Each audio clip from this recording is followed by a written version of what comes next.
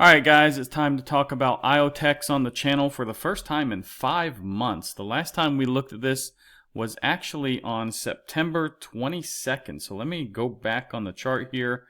And September 22nd means we talked about it on this candle right here. And yeah, we find ourselves much lower than that point, guys. I mean, basically we were about 3 times higher, let's say. And maybe 3.5 times higher. And yeah, Iotex has really gone down. Now, Iotex is, I think, the lowest coin in my bag, actually. So this is probably one that I'm considering when I get some free money to put a little bit more money into this. Now, I don't have a large bag of this, guys. I can show you. I only have 1,000. But when this was higher, it was a little bit more, of course.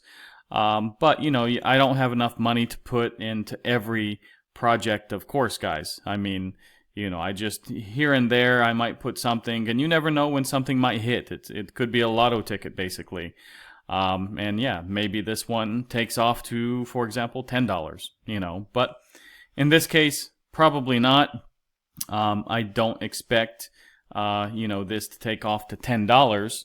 Now, the last cycle, it did get up to, it says 25 cents here. Now, I specifically remember 50 cents being hit, so I'm not sure what chart this is, actually, because I actually sold some over like 40 cents or so. So I don't think CoinGecko has it correct. Maybe if you look on CoinMarketCap, it will have something different. But usually I'm looking at CoinGecko. Now, either way, let's just say this is 93% down from what they have here. You know, the all-time high, yeah, if it was even 40 or 50 cents, then yeah, you're still 98, 99% down. So this has been hit really hard, guys. Now, there are several influencers that have talked about this, and they do like it. So, you know, I can't tell you much about the project, guys. I do watch videos when bigger influencers talk about a specific coin, and a couple of them have talked about this being a good project. Now, you know, I'm not going to put all my life savings into this, of course, and like I said, I just have a small bag of this, and let's see where this goes. Now, max supply is 10 billion, so most of this has been created already, and I don't know why only circulating, you have 5 less than what was created. So I am not sure why that is, but okay. It's probably incorrect in my opinion. But let's go back to the chart here and let's take a look at Iotex specifically. Now, I have marked out all the weekly supports and resistances. And basically, we find ourselves back at the bottom of the Fibonacci. I mean, we hit this on 17th of August 2023, and we are almost back to that point. Now, most cryptos are not even, you know, that close to getting to the bottom of the Fibonacci. If you draw it from the top of the last bull market down to the bottom, I mean, most cryptos are much higher than this. Now, this is really interesting. I'm not sure why. You know, I don't think there's a lot of information coming out of Iotex. There's probably not good communication on Twitter. I didn't look, though. You know, maybe people feel that they're kind of a dead project. Hopefully they're not. But yeah, I mean, now we do have a resistance up here at about 1.9 cents that we need to get through. And then we have 3.1 cents up here as the next resistance. Now, let's take a look at the RSI. I do want to see if there's any strength in this move left. Now, on a daily time frame, actually looks pretty good. You know, these are pointed to the upside. That is great. They're both quite low. Let's look at a weekly time frame here. Yeah, very oversold on the Stoke, pretty low on the RSI, and pointed to the upside. Let's take a look at the month real quick. Month also, it's still pointed down on the Stoke, but it is going to probably curve back up. Now it is pointed slightly down on the RSI here, but you know, it's pretty low, and I do feel that it will curve back up. Now these Longer time frames, they take a while to, move, of course. So maybe in the next month you see this kind of tick up. We'll see. Now, on the 4-hour time frame, it is getting to the overbought territory here on the Stoke a little bit. Still pointed to the upside on the RSI and still has a lot of room to move, so that is good to see. 1-hour time frame, overbought on the Stoke. It has avoided the overbought region basically here with the RSI, as it's pointed slightly down now just before it got overbought. So it's kind of a mixed bag. Now 15-minute, it is quite low, but it is pointed like to the downside here. But it just came out of oversold territory. Now it did just avoid the overbought territory up here on the RSI, and it is pointed down. So yeah, maybe on the shorter term time frames, guys, I think we might see a little bit of a cool off. But overall, I do think that the RSI and the Stoke look pretty good for Iotex. So I do expect probably Iotex to continue, maybe not right away, but I do expect it to continue in the coming days, as it's very oversold on most time frames. Now let's take a quick look here at Bitcoin, guys. We find ourselves just above $80,000. We have gotten a bounce here off my line. The daily support that held us at about 76,500, let's say. And yeah, we've bounced $3,500. We've been as high as 80,600 or so today. And this is the 4-hour time frame now, guys, so keep that in mind. But we still have about an hour left on this candle. And yeah, I just need to really show you something. We do still have a CME gap, guys, above us. And it is quite a big gap. It is quite significant, I can say. Now, we just took out the gap yesterday down here that we had since like November 8th or something like this. If I go back here, you can see that we had this gap from the 8th to the 11th. And that was a huge gap that just got entirely filled yesterday. Now we find ourselves with a more significant gap to the upside. So let's see if we start to trend towards this gap. I do feel this is a significant enough gap that probably we will, go to fill this gap. Now we do have other gaps below us, of course. I think there's like a $9,000 CME gap or something like this. That'll probably never get filled, guys. But I kind of always worried about this gap that we had, from November. And I did talk about this quite a bit, throughout this time period on many of my videos. And especially as of lately, I was talking about this gap. And I had many posts about this gap, actually. And yeah, we did fill it yesterday completely, but now we find ourselves with this gap that we need to fill, and let's see if we fill it.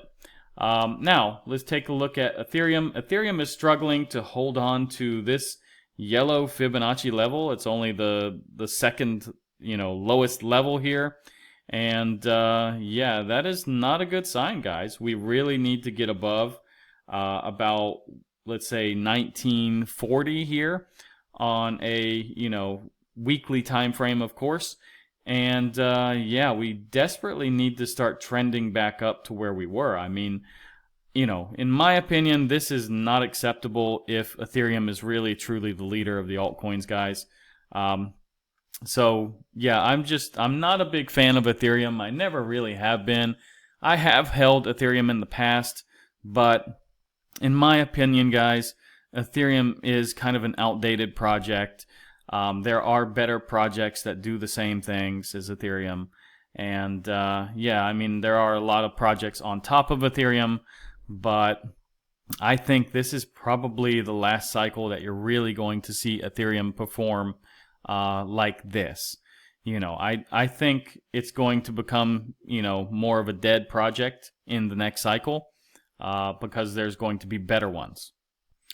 Now, taking a look at the crypto total market cap, excluding Bitcoin, guys, we find ourselves just barely hanging on here to the 970 billion mark. Yeah, it's just really, it's unacceptable in my opinion to be this low at this point in time, guys. I mean, we really need to trend back up. So I am hoping we get back to more normal levels, you know, at least around about, let's say $1.1 trillion, because we were there for quite a while. But yeah, we really need to break this trend line here, this little yellow trend line that you do see. It's been holding us down for quite some time now. And yeah, I mean, we have attempted to break out here, but for the most part, this line has really held us down. Now, taking a look at the dominance, guys, again, we did go up yesterday. I was kind of expecting us to move down. We had this candle here. It looked like we wanted to break. There was a lot of pressure to the downside. Actually, I was watching this for a while. And then suddenly we got this big bounce here. And yeah, we find ourselves coming up to the top here, where we have kind of, oops, I don't want to draw that, where we have kind of triple topped now, we can say, because here was a top, here was a top, and then, you know, we got right to it. We didn't really hit it, but we got very close, guys. I would say that's close enough to be a triple top. So let's hope and pray that that's the end, guys, because I just don't know. I can't promise anything. If we find ourselves looking at this trend here, it looks like it still wants to go up. So it is making higher lows. So yeah, we desperately need to break, you know, 60.46% and this trend line. This trend line goes back, if I put this on a weekly time frame, you'll see this faster. This trend line goes back for years, guys. So it goes back all the way to November of 2022. So we had a couple of mini altcoin seasons up here, and since then we just, you know, we find ourselves getting wrecked. So now the dollar index, guys, kind of floating around here. You know, I mean, yeah, it does need probably kind of a rest, we can say. Let's see if this, you know, hangs on for a bit between 103.39 and 104.26. But yeah, I do expect this to probably trend down soon enough. Now, taking a look at the liquidation heat map, guys, we find ourselves almost at 1 billion in liquidations. And yeah, be careful, guys. Don't use leverage. It's really a dangerous time right now to use any leverage. Now, fear and greed, I am surprised yesterday. This was a 20 and we find ourselves coming up. Well, I don't know. I would have expected to go down, especially with us going to levels that we haven't seen for a very long time. But we find ourselves coming up. Strange. Now, Bitcoin season is, you know, that's where we find ourselves. This went down from a 24 to a 22 right before this video when I refreshed it. So it is Bitcoin season, unfortunately. Again, now bull market peak indicators, I refreshed this right before the video. Still nothing. 0 from 30, guys. The best indicator, the pi cycle top indicator, I can zoom in.